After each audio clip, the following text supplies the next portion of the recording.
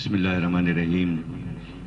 تمام تعریفیں اللہ کے لیے، درود اور سلام محمد اور آل محمد پر۔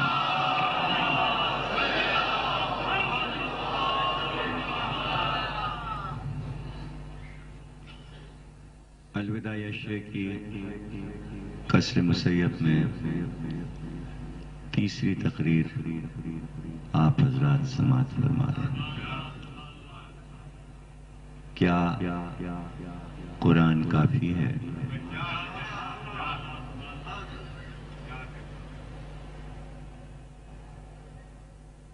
یہ وہ نعرہ ہے کہ جو پیغمبر کی زندگی میں گونجا پیغمبر کے سامنے اور لکھ گیا کتابوں میں۔ صحیح بخاری میں جو کہ بعد کتاب باری ہے، حدیثوں کی پہلی کتاب ہے مسلمانوں کی، اس میں 7 جگہ مختلف طریقوں سے یہ روایت موجود ہے۔ 7 مرتبہ کہ پیغمبر نے کہا میرے پاس قلم کاغذ لاؤ تاکہ میں تمہارے لیے ایک ایسا نوشتہ لکھوں کہ تم میرے بعد گمراہ نہ ہو جاؤ۔ تو یہ روایت ابن عباس کے بارے میں یہ ہے کہ جب وہ یہ کہتے تھے ہائے پنجشنبے کا روز، ہائے ہائے، اور رونے لگتے تھے اور زمین آنسوؤں سے تر ہو جاتی تھی، اتنا روتے تھے۔ اور پھر یہ روایت بیان کرتے تھے کہ وہ پنجشنبے کا دن تھا جس دن پیغمبر نے قلم اور کاغذ مانگا۔ یہ لکھا ہے صحیح بخاری میں۔ تو جواباً جو کچھ کہا گیا وہ آپ کو معلوم ہے۔ تو اس میں ایک جملہ یہ بھی تھا کہ قرآن کافی ہے، قرآن کافی ہے، وہ ہمارے پاس ہے۔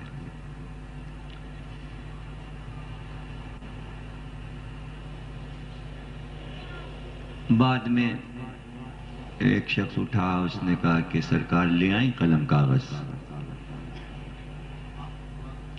لے آئیں؟ کہا اب کیا فائدہ،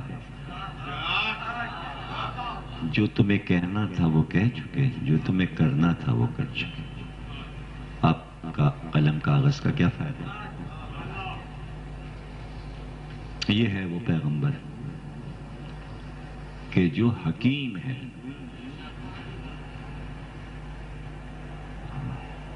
اور حکیم اللہ کی طرف سے حکیم ہے،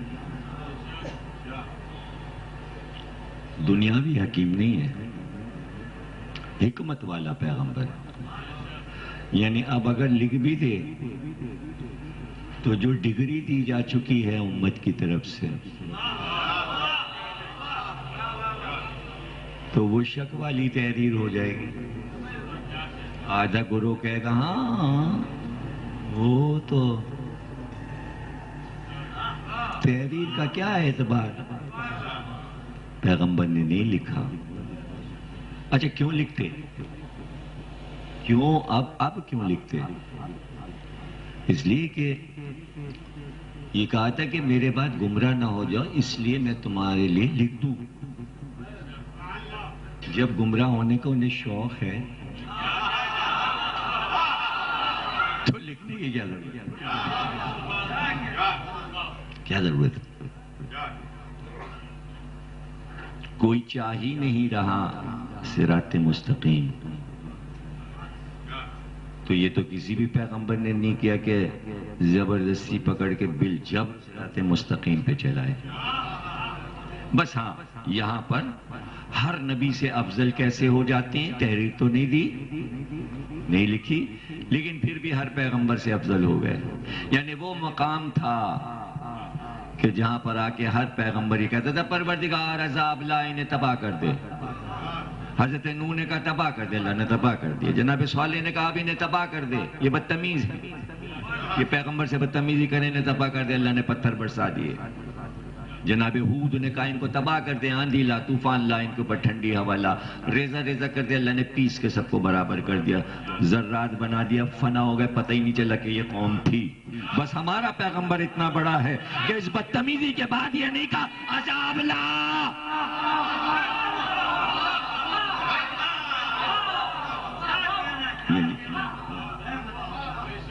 اب یہ نہیں معلوم کہ میرے پیغمبر کی حکمت تھی کہ بصیرت تھی کہ عظمت تھی کہ عذاب نہیں مانگا. اس لیے کہ اگر عذاب طلب کر لیتے پیغمبر کی شان میں گستاخی کے بعد تو جیسے عاد و سمود مر گئے، پتہ ہی نہ چلتا تھے کون لوگ، چھوڑ کے گئے تاکہ دیکھو وہ تھے کون.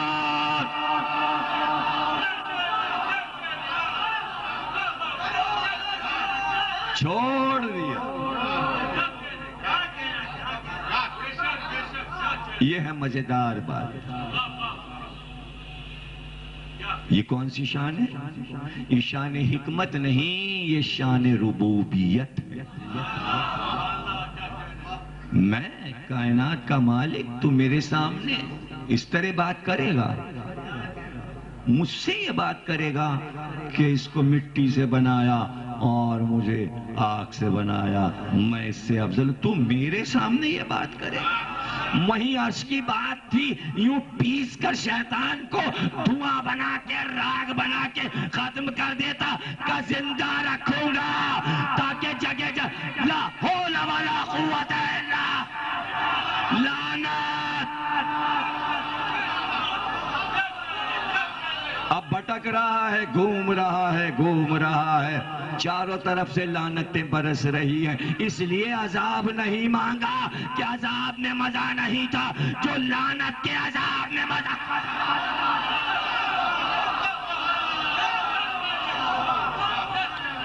تو بھائی میرے کبھی یہ شکوہ نہ کرنا کہ کون کس پہ لعنت کر رہا ہے. کوئی کسی پہ لعنت نہیں کرتا جب تک کہ خود شوق نہ ہو لعنت لینے کا. لعنت کوئی نہیں کرتا، کوئی لعنت نہیں کرتا. اب جن کو شوق ہے، یہ شوق بھی عجیب چیز ہے. جس چیز کا شوق ہو جائے، جس چیز کا شوق ہو جائے تو برے شوقوں سے بچا جاتا ہے. اللہ نے کہا لعنت ہم قرار دیتی ہیں. لعنت دنیا میں کوئی نہیں کر سکتا، کسی کی مجال نہیں، اس لیے کہ دکھائی نہیں دیتی. تو وہ کرے جو دکھائی نہیں دیتا. ہاں عقلوں میں سمجھ میں آ جائے کہ ہوتی کیسے ہے. کرتا اللہ ہے، لعنت اللہ ہے علی الکاذبین. جھوٹوں پہ اللہ کی لعنت ہم قرار دیں گے. ہم تو طریقہ کار کیا ہو؟ آئے گا تو کوئی آواز آسمان سے آئے گی کہ نہیں ہم کچھ لوگوں کو بھیجیں گے. کہ تو اگر وہ کچھ لوگ آ جائیں گے تو پھر لعنت کیسے ہوگی؟ پروردگار نے کہا ایسے ہوگی، وہ آ کے بیٹھ جائیں گے. اب جو ان کے مقابل جم جائے اور ان کا مقابلہ کرنے لگے، آپ سے آپ لعنت ہو جائے گی. اب جس کو شوق ہے وہ لے لے. عیسائیوں نے کہا ہمیں شوق نہیں، بھاگ گئے.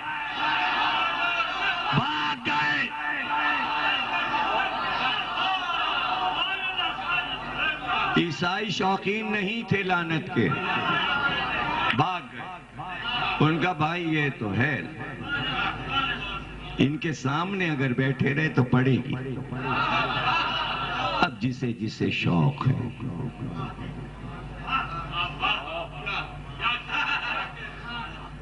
پروردگار کا عمل، وہ کہتا ہے کن ہو جا، اس نے جیسے ہی کہا لعنت اللہ، اللہ کی لعنت، مباہلے کے میدان میں آ کے رک گئی. بس حکم ملے تو چلوں. یہ ایسے تھی، یہ تھے عیسائی اور یہ رکی ہوئی تھی. اب بس ذرا سے سیکنڈ میں بس کہ یوں آئے اور یوں پڑے عیسائیوں کو، ایسے چپکے سے بچ کے نکل گئے. اب وہ منہ دیکھتی رہ گئی کدھر گئے. اب وہ رکی رہی مباہلے میں، انتظار کرتی رہی، آؤ آؤ آؤ، جمل میں آؤ، صفین میں آؤ، نہروان میں آؤ، کربلا میں آؤ. وہ چلی.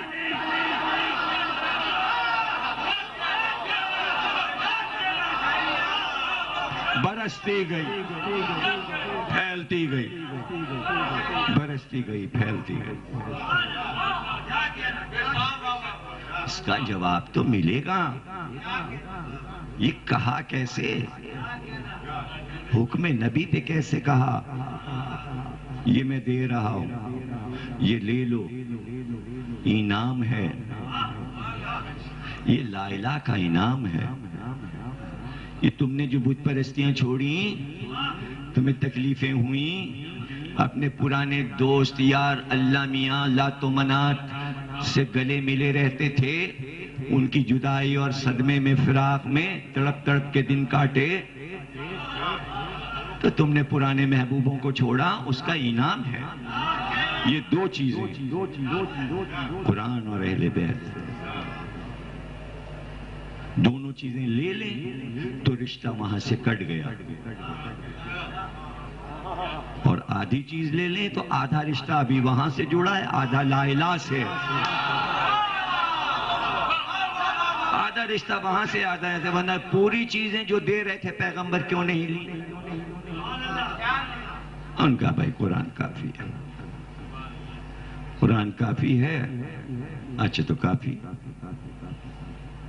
تو بات تو جب ہے کہ آدمی کہے اور اس پہ اڑا رہے اور ثابت بھی کرے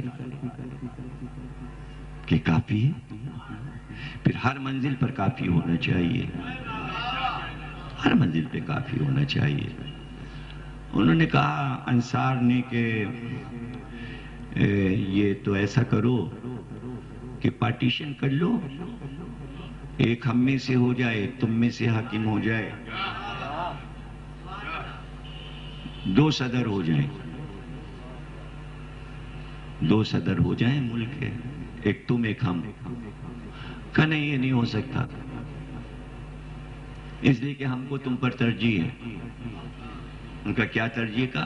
ہم نبی کے رشتہ دار ہیں، ہم شجرے میں ہیں، تم شجرے میں نہیں ہو، ہم شجرے میں. اب یہ جتنے کام ہو رہے ہیں ایک بھی قرآن میں نہیں ہے. ساری کارروائی ہو رہی ہے، کہہ کے ابھی ابھی نکلیں قرآن کافی ہے.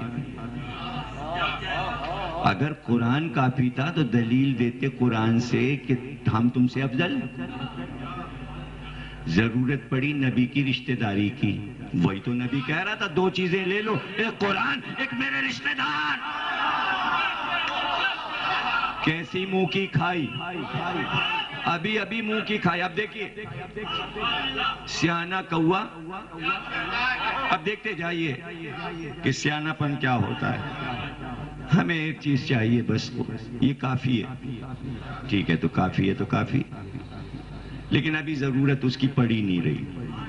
بغیر اس کے سارے کام نکل لیں، سب کچھ ہو گیا، کام ہو گیا. جو جو قرآن میں نہیں تھا وہ سب ہو گیا، سب کچھ ہو گیا. کہا اچھا بھائی یہ وہ جو باغ تھا جس کا نام فدق ہے، اب وہ آدمی نکالو وہاں سے، ہمارا آدمی جائے گا. اب حکومت نے آدمی مقرر کر دیا کہ آپ جائیے قبضہ کیجئے اور اس کو نکال باہر کیجئے جو پہلے سے ہے. جس کو نبی نے مقرر کیا، وہ اپنا روتا پھرتا ادھر آ گیا اور اس نے آ کے کہا کہ ہمیں نکالا گیا، مختار عام کو نکال دیا گیا اور وہاں دوسرا آدمی مقرر کر دیا گیا۔ کہا اچھا ٹھیک ہے۔ فضا کو بلایا، کہا کہ فضا تو چلی جا، چادر اوڑھ لے اور ان سے جا کے پوچھ لے کہ میراث کے بارے میں تمہیں سب پتہ ہے؟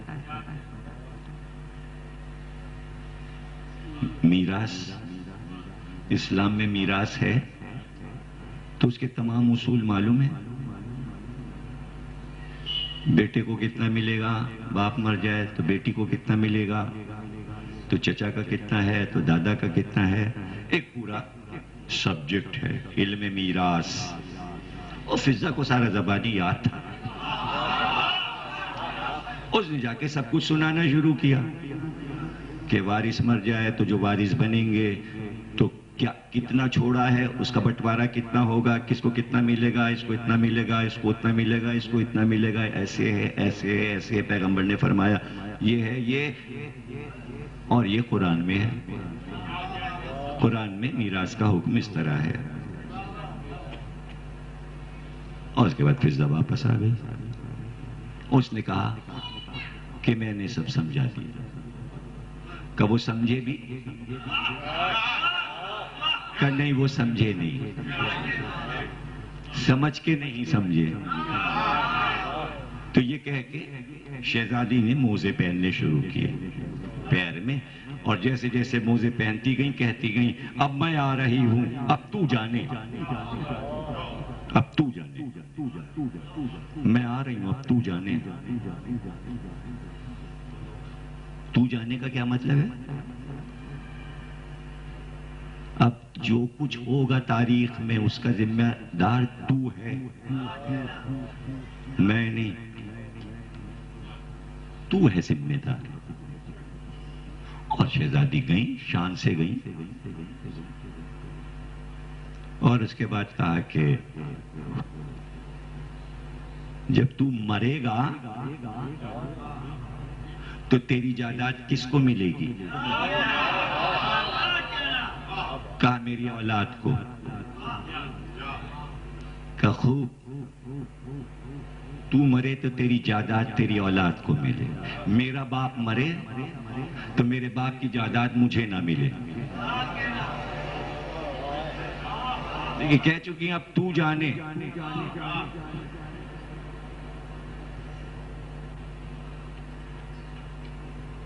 کیا اس دنیا میں میرے علاوہ کوئی اور ہے جو یہ دعویٰ کرے کہ محمد میرا باپ ہے؟ پوری دنیا پہ روئے زمین میں کوئی اٹھ کے یہ دعویٰ کر سکتا ہے محمد میرا باپ ہے؟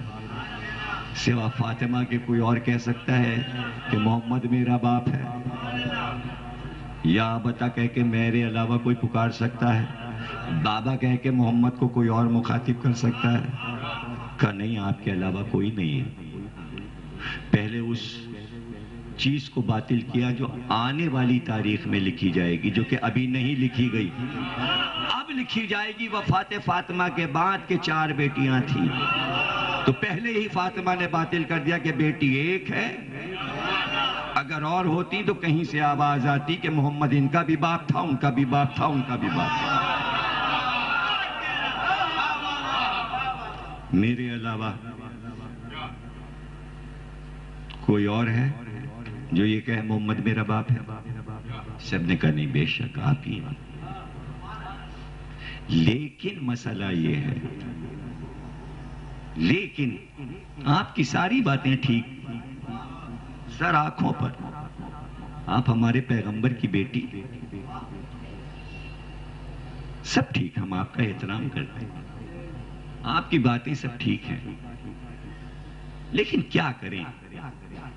پیغمبر نے مرنے سے پہلے یہ حدیث بیان کی تھی کہ اگر نبی مر جائے تو نہ وہ کسی کا وارث ہوتا ہے نہ کسی کو وارث بناتا ہے. اس لیے محمد نے جو کچھ چھوڑا وہ کسی کو وراثت میں نہیں ملے گا، اس لیے کہ محمد نے کسی کو وارث بنایا ہی نہیں.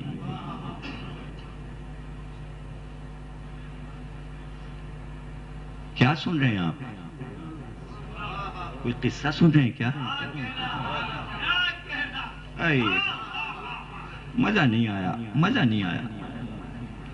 آپ کے ساتھ ہمیں مزہ نہیں آ رہا ہے. یا تو آپ نئے آ گئے ہو، تیسرے دن نیا مجمع آ گیا، یا الٹ پلٹ ہو گیا مجمع. ادھر والا کل اور پرسوں والا ادھر آ گیا اور ادھر والا سارا ادھر چلا گیا. کچھ ہوا ضرور ہے، کوئی الٹ پلٹ ہوا ہے. ارے الٹ پلٹ میں ہی تو یہ سب ہوتا ہے. ابھی پیغمبر سے کہا تھا کتاب خدا کافی ہے، قرآن کافی ہے. جب فاطمہ نے دعویٰ کیا تو حدیث پیش کی، قرآن کیا.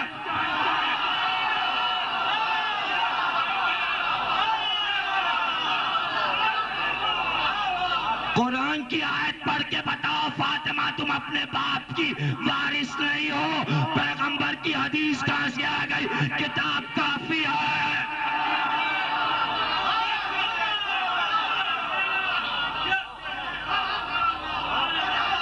کتاب کافی ہے، ابھی تو کہا ہے. ابھی تو تم نے کہا ہے کہ کتاب کافی ہے. تو کتاب کافی کیوں نہ ہوئی؟ فاطمہ کے سامنے آیت پڑھ کے کہو کہ نبی نہ وارث ہوتا ہے نہ نبی وارث بتاتا ہے. بھائی ضائع کیا تم نے بات تو لڑائی ہو جائے گی کل چوتھی تقریر میں. ارے ان کے پاس تو قرآن کافی نہ ہوا، حدیث سنانا پڑی فاطمہ کے جواب میں. فاطمہ نے جواب میں کہا کہ قرآن کہتا ہے وہ ورثہ سلیمان داؤدا. قرآن میں لکھا ہے کہ داؤد کے وارث سلیمان ہوئے.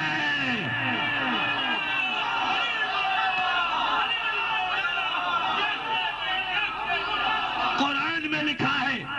فاطمہ نے کہا قرآن میں لکھا ہے نبی وارث ہوتا بھی ہے، نبی وارث بناتا بھی ہے. دیکھیں حدیث کو حلال کر کے پھینک کر فاطمہ نے کہا میرا جملہ، قیمتی جملہ سن لو، سنہرا جملہ. فاطمہ نے گویا آواز دی قرآن تم کو کافی نہیں، ہم کو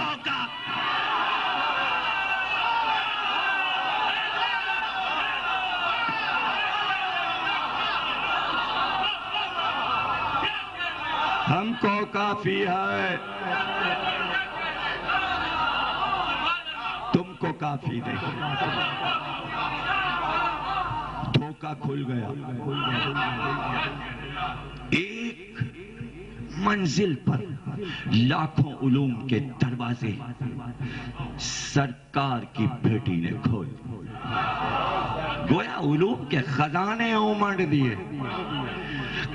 قیامت تک میں معیار دے رہی ہوں جو بھی حدیث پڑھے اگر حدیث آیت سے کٹ جائے تو جھوٹی ہے.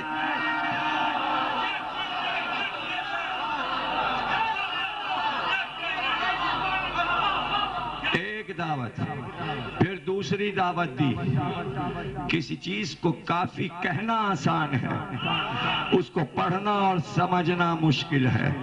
اگر پوری کتاب یاد ہوتی تو یہ آیت دیکھی ہوتی اور جھوٹی حدیث نہ بیان کرتے کہ نہ نبی وارث ہوتا ہے نہ نبی وارث بناتا ہے. اس لیے کہ قرآن میں قیامت تک لکھا رہے گا کہ داؤد نبی تھے، سلیمان نبی تھے، یہ بھی نبی کے وارث ہوئے. انہوں نے نبی کو وارث بنایا. نبی وارث بنتا بھی ہے، نبی وارث بناتا بھی ہے. محمد اپنے باپ کے وارث تھے اور اب مجھ کو وارث بنایا.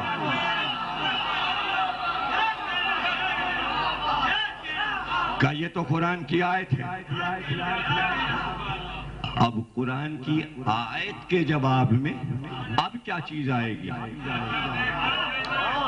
کہ حدیث کے جواب میں آیت آ گئی، اب آیت کی جواب میں کیا آئے گا؟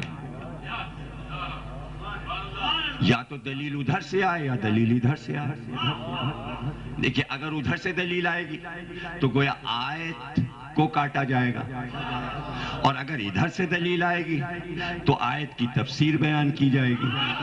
نہیں سمجھ رہے ہو؟ گویا زہرا نے بتایا قرآن بھی یہی کافی ہے، تفسیر بھی یہی ہے، حدیث بھی یہی ہے، تاریخ بھی یہی ہے، انصاف بھی یہی ہے، شجرہ بھی۔ تمہارے پاس کیا ہے؟ تمہارے پاس کیا ہے؟ اب دیکھیں آیت پڑھی، قرآن کی آیت پڑھی، سلیمان داؤد کے وارث ہوئے، نبی وارث ہوتا بھی ہے، وارث بناتا بھی ہے، یعنی کسی کا وارث ہوگا نبی، اپنے باپ کا وارث ہوگا اور اپنی اولاد کو وارث بنائے گا۔ جواب میں کیا؟ گواہ ہے، لو آیت بھی گئی، کتاب کافی بھی گئی، حدیث بھی گئی، گواہ ہے۔ دیکھیں آ گئے ڈاکٹر اسرار کی سطح پہ، شہید، گواہ گواہ، سطح برابر ہو گئی۔ گویا ٹی وی کا پروگرام ریکارڈ کرا رہے تھے، ریکارڈنگ ہو رہی تھی، گواہ ہے، گواہ ہے۔ بی بی نے کہا ہاں ہے۔ دیکھیں حدیث، آیت، کتاب کے بعد بی بی بھی تیار ہے، کہاں تک جائے گا؟ ہاں ہے، کہا پیش کرو، کہا ام ایمن آگے بڑھو، آگے بڑھو۔ بی بی پہلے تو آپ نے فضہ کو بھیجا تھا، فضہ کو کیوں نہیں بھیج رہی؟ اسماء انصاریہ آپ کی کنیز، اسے کیوں نہیں بھیج رہی؟ اور بھی گھر میں کنیزیں، کسی کو بھیجی۔ اتنی بوڑھی کنیز، یہ تو آپ کے دادا کے دور کی ہے، اس کا تو سر ہل رہا ہے، کمر جھکیے تو کیسے آئیے، ڈنڈا پکڑے ہوئے آپ اس کو لے کے آئیے، اتنی بوڑھی، اتنی بوڑھی۔ اب یہ 100 کے قریب پہنچ رہی ہے، اس کو بی بی کہاں لے آئی آپ؟ ام ایمن آگے بڑھو، گواہی دو۔ کون ہے ام ایمن؟ یہ سب جانتے ہیں ام ایمن کو کہ نہیں؟ نہ جانتے ہوتے تو گواہی میں کیوں لاتی؟ بھائی ذرا سا غور کیجئے۔ دیکھیں فضہ آئی ہے 7 ہجری میں اور مدینے میں آئی ہے۔ یہ جو رہتے ہیں مدینے میں مہاجرین، یہ آئے ہیں مکے سے، یہ اپنے پرانے لوگوں کو زیادہ جانتے ہیں۔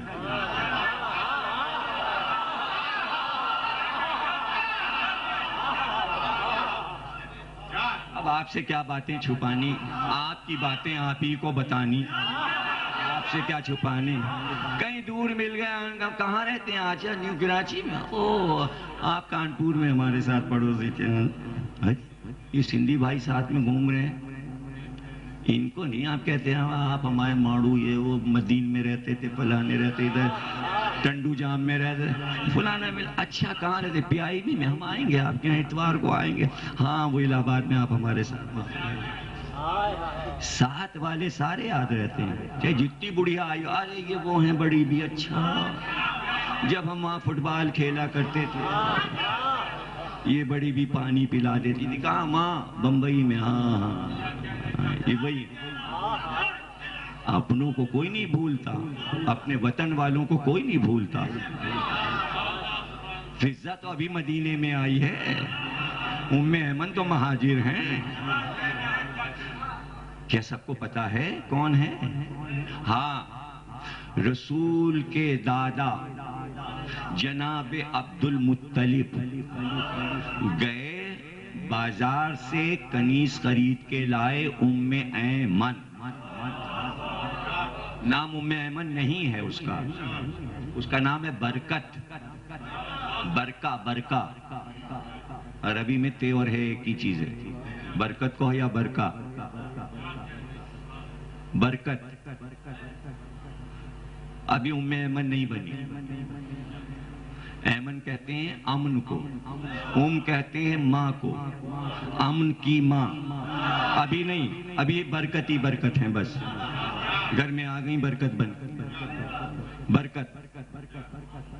جب عبد المطلب دنیا سے جانے لگے بیٹوں میں مال تقسیم کیا. عرب میں جب تقسیم ہوتی تھی تو غلام اور کنیز بھی حصے میں جاتے تھے اس لیے کہ وہ بھی مال ہے. جناب عبداللہ کو بلایا اور کہا بیٹا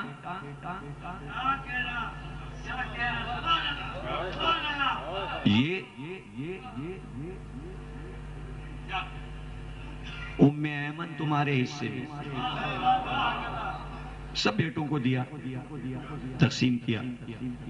انتقال سے کوئی 10 سال پہلے عبد المطلب نے وراثت تقسیم کر دی. انتقال سے 10 برس پہلے. انتقال سے 1 سال پہلے بیٹیوں سے اپنا مرثیہ لکھوا لیا. لاش بن کے لیٹ گئے چادر اوڑھ کے بیٹیوں سے کہا بیان کرو. یعنی عبد المطلب نے اپنے سارے کام وصیت وراثت بانٹنا یہ سب پہلے ہی کر لیے تھے. آخری عمر کے 10 برس میں حضرت عبد المطلب نے یہ سارے کام کر لیے تھے. حالانکہ جناب عبداللہ حضرت عبد المطلب کے سامنے وفات پاتے ہیں. لیکن جب تقسیم کر دیا تو ام ایمن وراثت میں عبداللہ کو اب جب جناب عبداللہ کا انتقال ہوا تو یہ کنیز ام ایمن وراثت میں رسول اللہ کو ملی وراثت میں. اب جب رسول اللہ دنیا سے گئے تو اپنی کنیز سیدہ کو وراثت میں دیا. 4 پشتوں ایک ہی گھر میں رہی ہے کنیز. جب محمد گود میں آئے تب اس کو خطاب ملا ام ایمن امن کی ماں.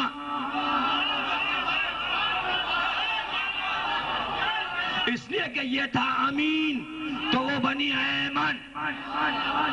گویا بیٹے کی پیدائش پہ خطاب بھی ملا تو رسول اللہ کی ماں بھی ہو گئی. جب سیدہ بی بی پیدا ہوئی تو ام ایمن کھلائی قرار پائیں. اس لیے محمد نے سیدہ کو دیا کہ وراثت میں یہ کنیز دے رہا ہوں تاکہ اب یہ تمہارے بچوں کو کھلائے. اب ہوئی 5ویں پشت. 5 پشتوں میں کنیز وراثتاً گئی. فضہ کو پیش نہیں کیا ام ایمن کو پیش کیا تاکہ دیکھو یہ کنیز وہ ہے کہ جو نبی کو ملی. نبی وارث ہوتا بھی ہے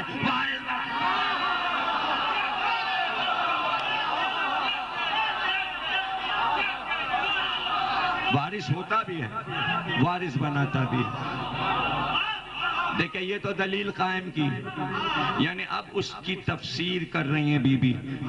داؤد کے وارث سلیمان ہوئے. حاشیہ لکھا بی بی نے آیت پر گویا کہ دیکھو نبی کی وراثت ایسے چلتی ہے جیسے ام ایمن نے حاشیے پر حاشیہ لکھا. پھر حدیث آئی حاشیے پر. انساب کے ذریعے زہرا نے تاریخ لکھی شجرے کے ذریعے وراثت کے ذریعے اسلام کا قانون وراثت لکھا. اب کہا کنیز تو بتا کہ حدیث کیا پیش کرے گی. ام ایمن آگے بڑھی کہ تم سب یہ بتاؤ اور تو بھی بتا کہ تو نے منبر سے اسی مسجد میں رسول سے یہ حدیث سنی ہے کہ ام ایمن سچی بی بی ہے. سب نے کہا ہاں سنی ہے. تم سچی بی بی ہو. کہ میں جھوٹ نہیں بول سکتی نا. کہ تم جھوٹ نہیں تو کہا دیکھو میں سچی ہوں. میں کہہ رہی ہوں فدق فاطمہ کا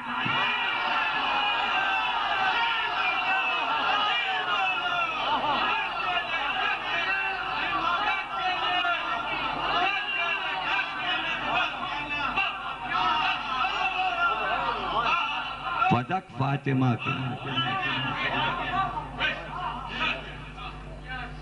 میں کہہ رہی ہوں یہ کہاں ہوا مقدمہ اور یہ کہاں لکھا گیا اور یہ کہاں لکھا ہوا ہے اور یہ کہاں پڑھا جاتا ہے اور یہ کتابوں میں لوگ پڑھتے ہیں یا نہیں پڑھتے ہیں.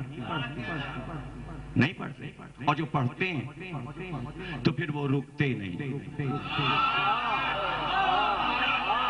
اب سمجھ میں آیا کہ یہ مقدمہ ہوا کیوں. مقدمہ اس لیے نہیں ہوا تھا کہ کچھ جیتنا تھا.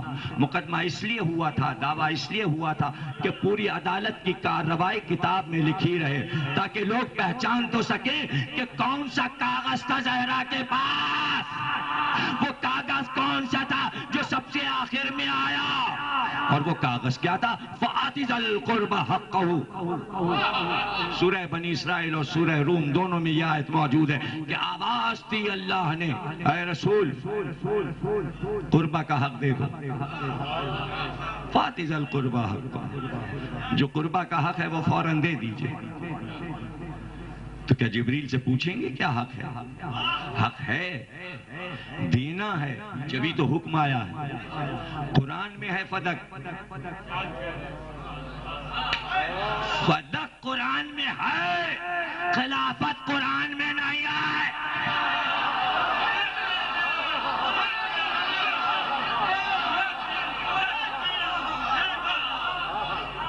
فدق قرآن میں ہے, ایک جگہ نہیں.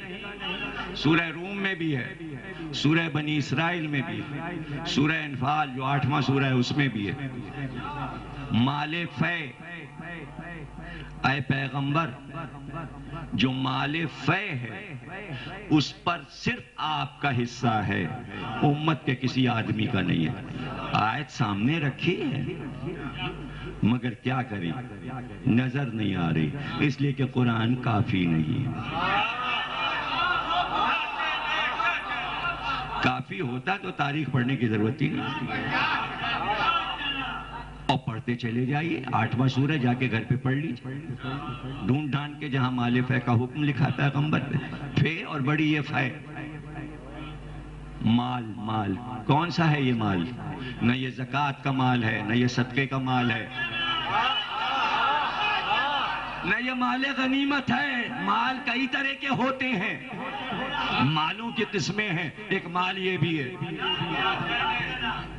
عربی میں مال بولتے ہیں, عربی سے مال آیا ہے, اردو کا مال بنا, پھر مال گاڑی بن گیا,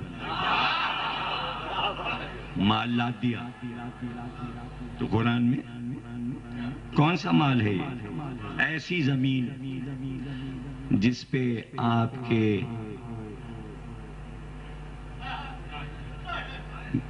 گھوڑے صحابہ نے نہ دوڑائے ہوں, فوج نے نہ دوڑائے ہوں, آپ کے انصار نے گھوڑے نہ دوڑائے ہوں.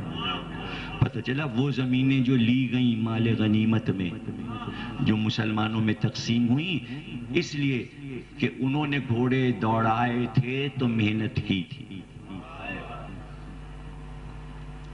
اب ظاہر ہے کہ دیکھیں زمین پہ گھوڑے دوڑیں گے تو زمین تو بٹے گی نا, لیکن اقبال تو کہہ رہے ہیں کہ بحر ظلمات میں دوڑا دیے گھوڑے میں نے.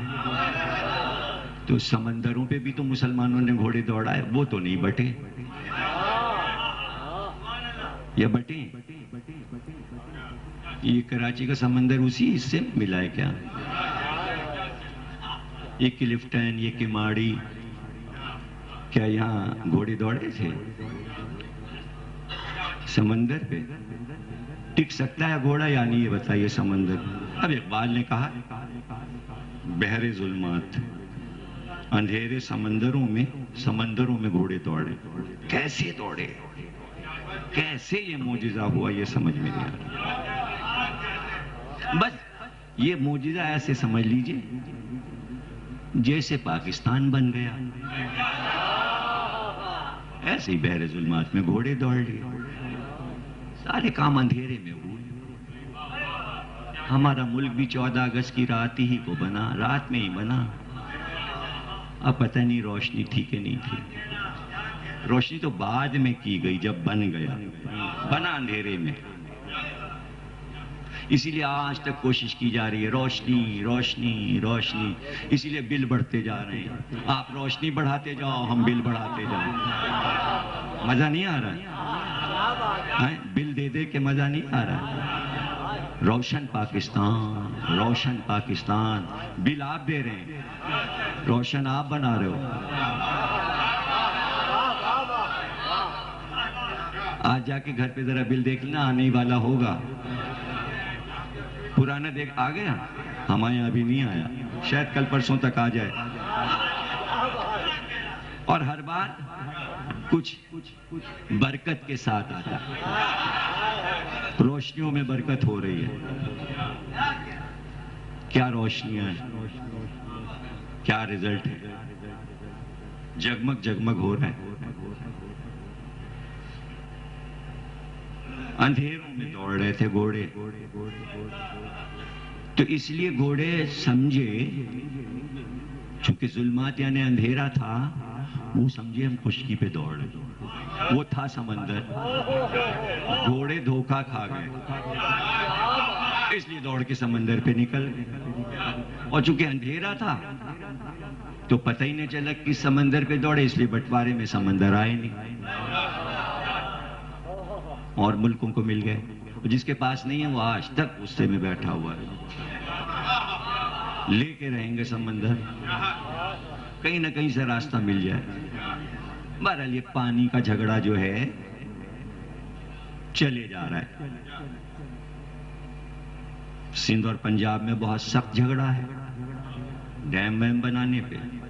ادھر انڈیا سے تقاضا ہے کہ سارے دریا تو کشمیر سے نکلتے ہیں، پانچوں، بیاس، چناب، راوی، ستلج، پانی آتا ہے ادھر سے، یوں آ رہا ہے۔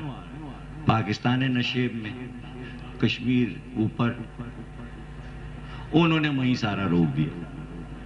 یہ بیاس اور ستلج تو بالکل ہی سوکھ گئے، راوی بیچارہ دبلا ہو کے پتلا ہو گیا ہے، اور سندھ، دریائے سندھ کا جو حال ہے وہ آپ حیدرآباد جاتے میں دیکھتے ہو گے بھائی، ہے نا؟ تو یہ کہہ رہے کھولو پانی، کھول دو، پانی کا جھگڑا۔ آپ ذرا سوچو کہ اگر سمندر قبضے میں آ جاتے، جب خشکی پہ اتنا جھگڑا ہے کہ 52 ملک بن گئے، تو اگر پانی پہ انسان چل رہا ہوتا، واقعی گھوڑے دوڑ رہے ہوتے، تو 252 ملک ہوتے، سمندر میں بھی ملک ہوتے، اور سمندر میں ملک ہوتے آدھا کشمیر دریا پہ ہے کشتیوں، اور کتنے ملک ہیں جو کشتیوں ہی میں ہیں آباد، ان کے پاس خشکی نہیں ہے، سمندر میں ملک ہے، کشتیوں میں رہ رہے ہیں۔ چلو شکر ہے کہ ہم پانی سے بچ گئے، سمندر سے بچ گئے، خشکی خشکی رہ گئی، کہ بانٹ لو۔ اللہ نے کہا بانٹ لو ٹھیک ہے، لیکن وہ جہاں تم نے گھوڑے دوڑائے، جس پہ تمہارے گھوڑوں کے سم نہیں پڑے، وہ تمہارا نہیں، وہ ہے پیغمبر کا۔ وہ زمین جو بغیر گھوڑے کے ملی ہے، سموں کے، وہ پیغمبر کی۔ دیکھیں مسئلہ گھوڑے سے حل ہو رہا ہے، پتہ چلا قرآن میں بہت سے مسئلے گھوڑے سے حل ہوتے ہیں۔ یہ بیچ میں پتہ نہیں گھوڑا کہاں سے آ گیا، لیکن ہے، یہ ہے ایسے ہی ہے جیسے آپ کو سنا رہے ہیں۔ گھوڑے نہ دوڑائے ہوں، ایسے میں خیبر کی لڑائی چھڑ گئی، پیغمبر لشکر لے کے چلے۔ جب چلے مدینے سے تو راستہ سیدھا سیدھا تھا، میدان تھے، بڑے بڑے چراگاہیں تھیں، وہ راستہ پیغمبر نے چھوڑ دیا، اور خیبر کی ساری وادیوں کو چھوڑ کے بہت ہی دشوار گزار لمبا چوڑا راستہ پہاڑوں کے ذریعے سے اختیار کیا، اور پہاڑ چڑھتے ہوئے اوپر ہوتے ہوئے درہ خیبر کی طرف سے، یعنی اس راستے میں پیشاور تک آ کے مڑنا پڑا خیبر کی طرف۔ کچھ نہیں سمجھے کہ درہ خیبر کیسے بن گیا، یہاں تک آ کے یوں مڑنا پڑا، پہاڑی لمبا راستہ اختیار کیا، میدانوں سے نہیں گئے، اور پھر خیبر پہنچ گئے، خیبر کے قلعے کے سامنے۔ پھر خیبر فتح ہو گیا۔ جب خیبر فتح ہو گیا تو جو راستے مدینے سے لے کے خیبر تک کے میں وادیاں، بڑے بڑے میدان اور صحرا اور باغات تھے، یہودی آئے اور ان کا یہ جتنے صحرا ہیں، جتنے باغ ہیں، جتنے کھیت ہیں، یہ سب ہم آپ کو نذرانہ پیش کرتے ہیں۔ اللہ نے کہا جو تم نے خیبر میں سے مال فتح کیا، گھوڑے دوڑا، کہ وہ تمہارا، اور یہ جو نذرانے میں ملا یہ ہے مال فے، اس میں تمہیں تو محنت کرنی نہیں پڑی مسلمانوں، یہ سارا مال جو نذرانے میں نظر میں آیا یہ ہے محمد کا۔ جیسے ہی اللہ نے کہا یہ مال فہ محمد تمہارا ہے، ویسے ہی آیت نازل ہوئی فآت ذی القربی حقہ، جو حق ہے قربا کا فوراً دیجئے۔ منگایا قلم کاغذ، اب یہاں مانگنے کی ضرورت نہیں تھی، لکھا یہ حکم ہے محمد کا، محمد بن عبداللہ بن عبد المطلب بن ہاشم بن عبد مناف بن کلاب بن قصی بن لوائی بن غالب، فاطمہ کو میں نے دیا۔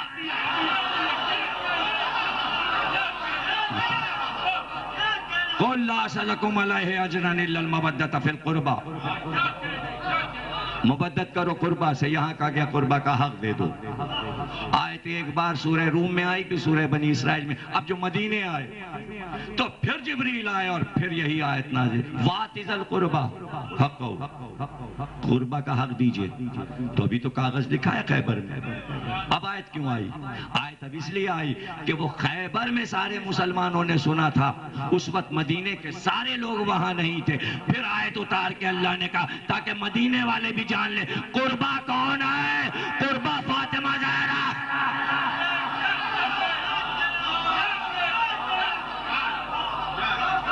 کوئی مجھے سمجھا دے نا کہ قرآن میں یہ آیت 2 بار کیوں نازل ہوئی کہ قربا کا حق دے دو، قربا کا حق دے دو؟ یہ تاکید اس لیے ہے کہ تحریر وہاں لکھی جہاں نظر ملا، جہاں فدق ملا۔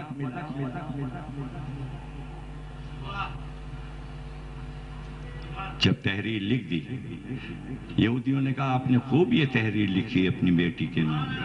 ایک تحریر ہمارے پاس بھی محفوظ ہے ان زمینوں کے بارے میں، وہ بھی ہم آپ کو نظر کرنا چاہتے ہیں۔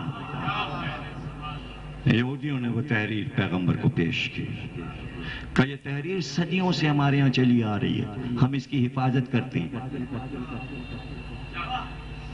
لیکن چونکہ یہ فدق سے متعلق ہے اور فدق ہم نے آپ کو دیا، اس لیے اب یہ تحریر بھی آپ کو دیتے ہیں، ہم رکھ کے کیا کریں گے؟ پیغمبر نے وہ تحریر کھولی، بابا سے بلند پڑھ کر سنائی اور سب نے سنی، اور پیغمبر نے کہا تحریر سنو، یہ تحریر لکھنے والا لکھ رہا ہے کہ میں فدق، میں ہوں فدق بن سام بن نوح بن لمک، میں حضرت نوح کا پوتا ہوں، یہ زمینیں میں نے سواری ہیں، بنائی ہیں، باغات لگائے ہیں، لیکن میں وصیت لکھ رہا ہوں کہ اس زمین پر سوا نبی کی اولاد کے کوئی تصرف نہیں کر سکتا، اگر کوئی قبضہ کرے گا تو اس پہ حرام ہے۔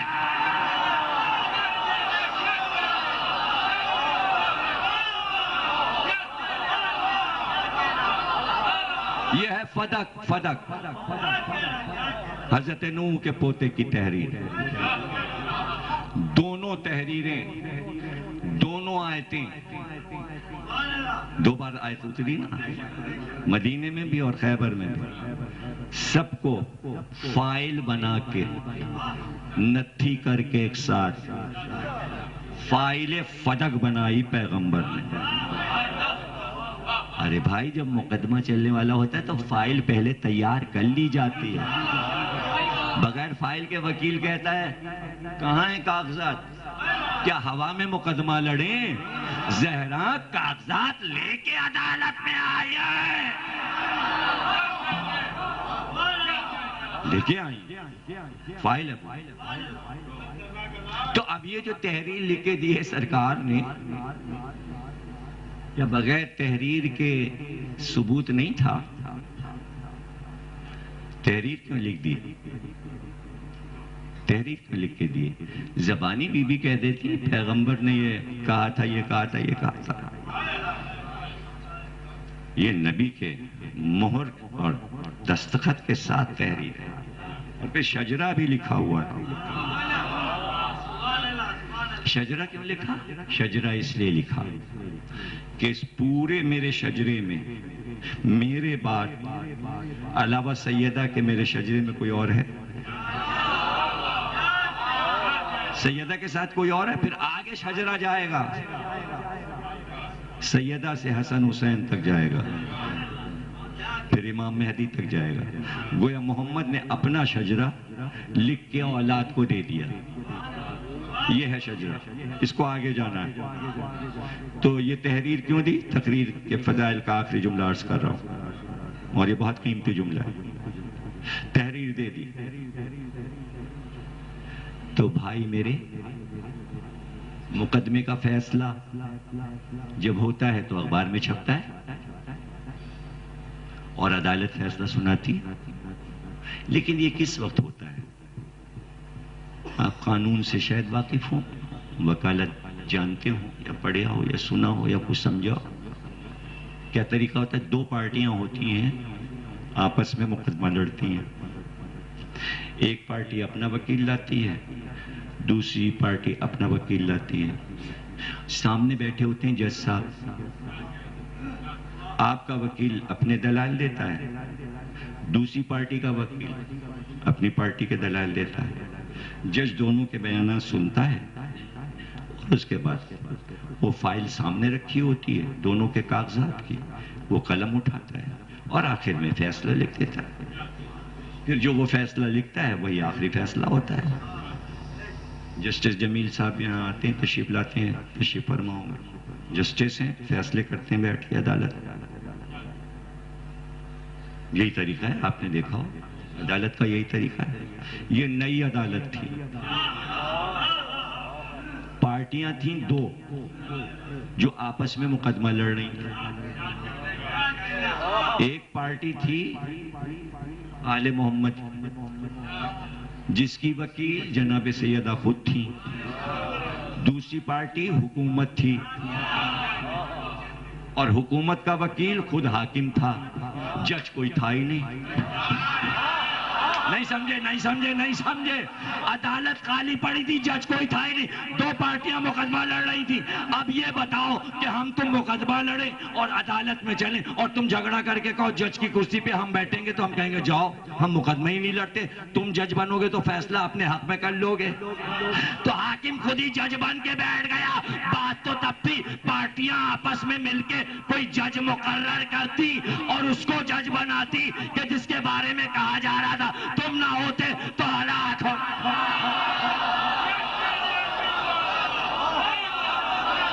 ایسا بھی کہیں ہوتا ہے؟ جس پہ مقدمہ کیا جائے وہی جج بنے۔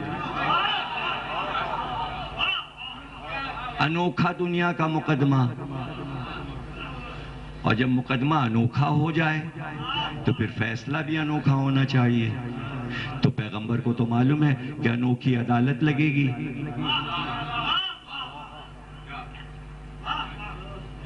جس پہ دعویٰ کیا جائے گا وہی جج بنے گا، تو پھر فیصلہ تو وہ اپنے حق میں کر لے گا۔ تو میری بیٹی تو جیتے گی نہیں، تو مقدمے کا فیصلہ تو ہو نہیں پائے گا۔ تو اپنی دستخط کر کے مہر لگا کر، مہر نبوت، مہر نبوت، مہر نبوت، مہر نبوت، آخری جملہ عرض کر رہا ہوں، مہر نبوت، مہر نبوت۔ نہیں سمجھے؟ نہیں پڑھوں گا جملہ اگر آپ تیاری نہیں کریں گے سننے کا۔ کتابوں میں، حدیثوں میں ہے، بخاری شریف میں، مسلم شریف میں، جب نبوت کا ارادہ کیا اللہ نے تو آسمان سے اللہ نے جبریل پہ ایک مہر نبوت جاری کی، مہر جاری کی۔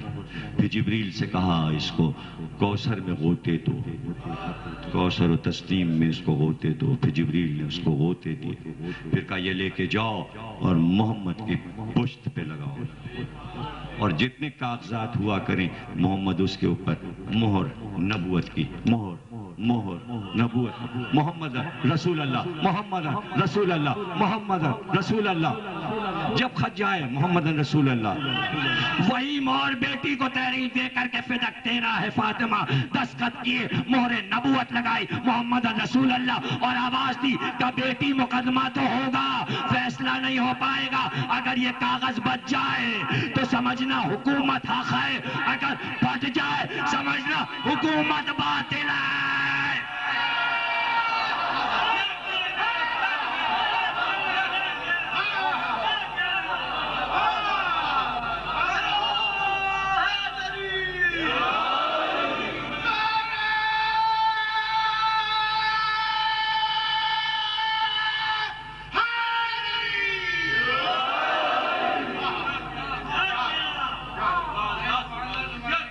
یہ تو تمہیں معلوم ہے کہ کیا ہوا، فیصلہ آپ کو معلوم ہے؟ گردن ہلا کے رہ جاؤ گے بس؟ اتنا بڑا مقدمہ لڑ دیا تمہارے سامنے، میں فیصلے کے۔ کس پارٹی کے ہو تم لوگ؟ بولو تو منہ سے، کس پارٹی کے ہو؟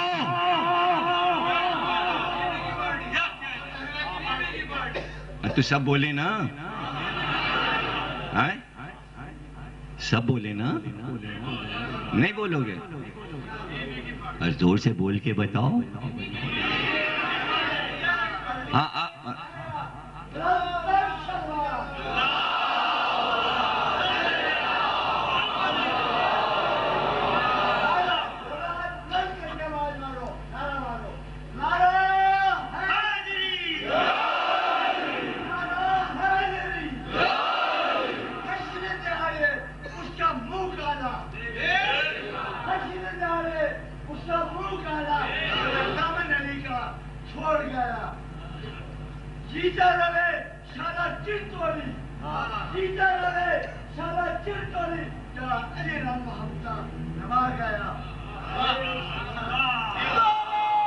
فیصلہ ہو گیا،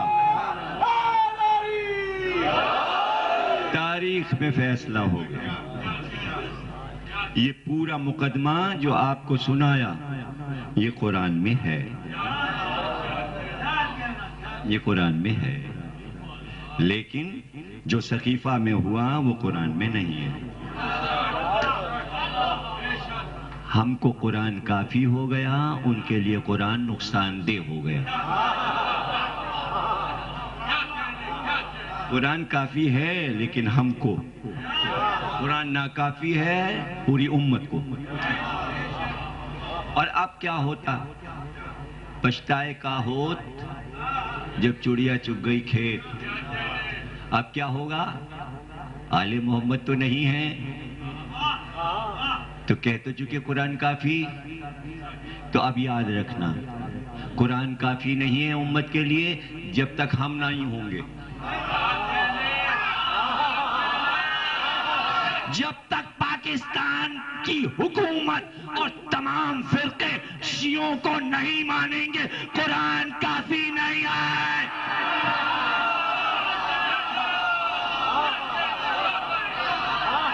ہمارے بغیر ناکافی، اس لیے کہ ہم ہیں قرآن کا حصہ، ہم ہیں قرآن اور ہم قرآن اور شیعہ، قرآن اور شیعہ، اس لیے کہ کسی اسلامی فرقے کا نام قرآن میں نہیں ہے لیکن ہمارا ہے۔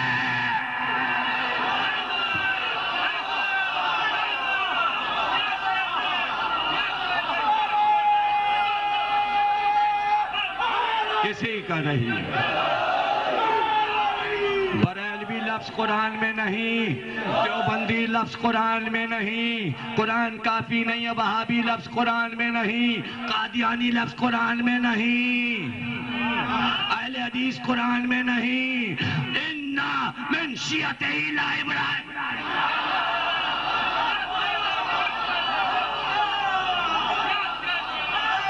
ہم ہیں قرآن کا حصہ، ہم ہیں قرآن کا دل، ہم ہیں قرآن کا حاشیہ، ہم ہیں ام الکتاب، ہم ہیں روح قرآن، ہم ہیں روح قرآن۔ سمجھنا ہے تو ہم سے سمجھو ورنہ سمجھ میں نہیں آئے۔ اور قرآن ہم پڑھتے ہیں نیزوں پر، ہم نے پڑھا ہے نیزوں پر۔ من مات شہیدا علی حب آل محمد، جو مر جائے آل محمد کی محبت میں اسے مردہ نہ جانا، وہ شہید ہے، وہ زندہ ہے۔ ہم مر کے بھی زندہ رہتے ہیں، اس لیے ہمیں اپنی موت اور زندگی کی کوئی پرواہ نہیں ہوتی۔ زندہ یہاں بھی رہنا ہے، زندہ وہاں بھی رہنا ہے، اور بات ایک ہی ہے کہ جو یہاں کرنا ہے وہی وہاں کرنا ہے۔ یہاں بھی ذکر آل محمد کرنا ہے، وہاں بھی ذکر آل محمد۔ اب لوگ اپنا اپنا کام بتائیں کہ یہاں کیا کام کر رہے ہیں اور وہاں جا کے کیا کام کر رہے ہیں. کام تو بتاؤ، کام تو بتاؤ کہ یہاں کیا کام ہے اور وہاں کیا کام ہے. ہمیں تو ایک ہی کام ہے، چاہے قبر میں ہوں تو حسین حسین، مستر مرگ پہ ہوں تو یا حسین یا صحت یاب ہوں تو یا حسین یا حسین، بیمار ہوں تو یا حسین یا حسین، مر رہے ہوں تو یا حسین یا حسین. اور پھر صراط پر بھی جلوس نکلے گا عالم کا، اور جنت کے دروازے تک یہ جلوس لے کے جانا ہے. وہاں روک سکنا تو روک کے دکھا. جنت میں علم لے کے جائیں گے، جنت کے دروازے پہ علم لگے گا. وہاں کون روکے گا؟ وہاں کون روکے گا؟ علم جنت کے دروازے پہ لگے گا. لگے گا نہیں، لگا ہوا.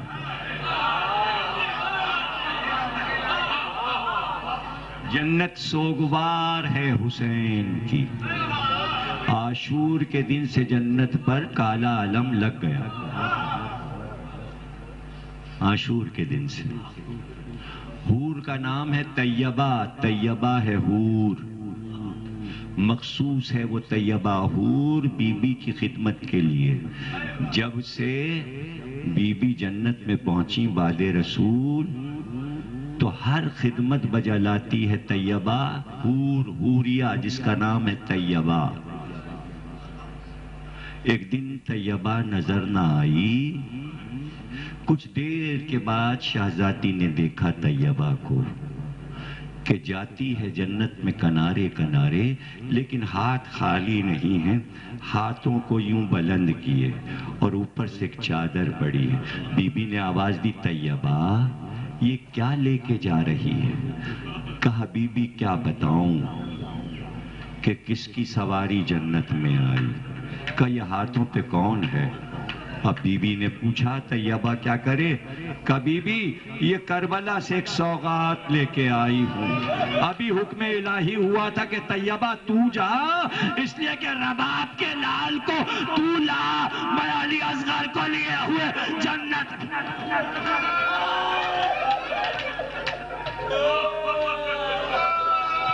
بی بی اٹھی. اب جنت تو عزا خانہ بن گیا. لا میرے پوتے کو میری گود میں، علی اصغر کو میری گود میں. یہ حسین کا بیٹا ہے، یہ تو شبیہ حسین. اللہ اللہ. اور پھر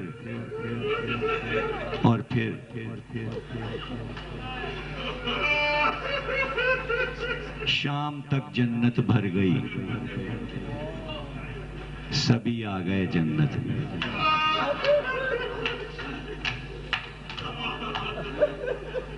زہرا بی بی کا بھرا گھر جنت میں آ گیا. جنت امام باڑہ بن گیا. کتنا بڑا امام باڑہ جنت میں بن گیا. سارے شہداء آ گئے، سارے شہداء. مگر کیا قیامت کا ماتم تھا جنت میں. شہزادی تھی اور بھرے گھر کے کٹے ہوئے لاشیں تھیں. جنت میں لاشیں ہی لاشیں تھے. آمد تھے، سبھی تھے. شام ہوتے ہوتے رسول اللہ، حضرت علی، امام حسن، امام حسین سب جمع ہوئے جنت میں. اور ماں نے باپ سے کہا بابا آپ کو پتا ہے یہ سب کربلا کے پیاسے ہیں. اے بابا انہوں نے 3 دن سے پانی نہیں پیا. زہرا ابھی ہم فرشتوں کو حکم دیتے ہیں کوثر کے جام بھر بھر کے آئیں گے. زہرا تم اپنے ہاتھ سے پلاؤ، میں علی اکبر کو پلاؤں، علی عباس کو پلائیں، زہرا تم حسین کو پلاؤ، حسن قاسم کو پلائیں. پانی آ گیا. جنت میں کیا دیر تھی؟ پنجتن پاک چاہتے تھے پانی پلائیں، مگر جب ماں پانی لے کے حسین کے منہ کے پاس جاتی، حسین ہٹا، کہا اماں نہیں، اماں نہیں، بیٹے پیاسے ہو، 3 دن کے پیاسے ہو، پی لو۔ تو ایک بار رو کے کہا اماں میری بہن زینب پیاسی ہے۔ ایک بار کربلا سامنے تھا اور پیاسی سکینہ، اے اماں میری لاڈلی پیاسی ہے، حسین کیسے پی لے؟ بار لاش عبادت کو قبول فرما، ہمیں کوئی غم نہ دینا سوا غم حسین کے باق کے محمد علیہ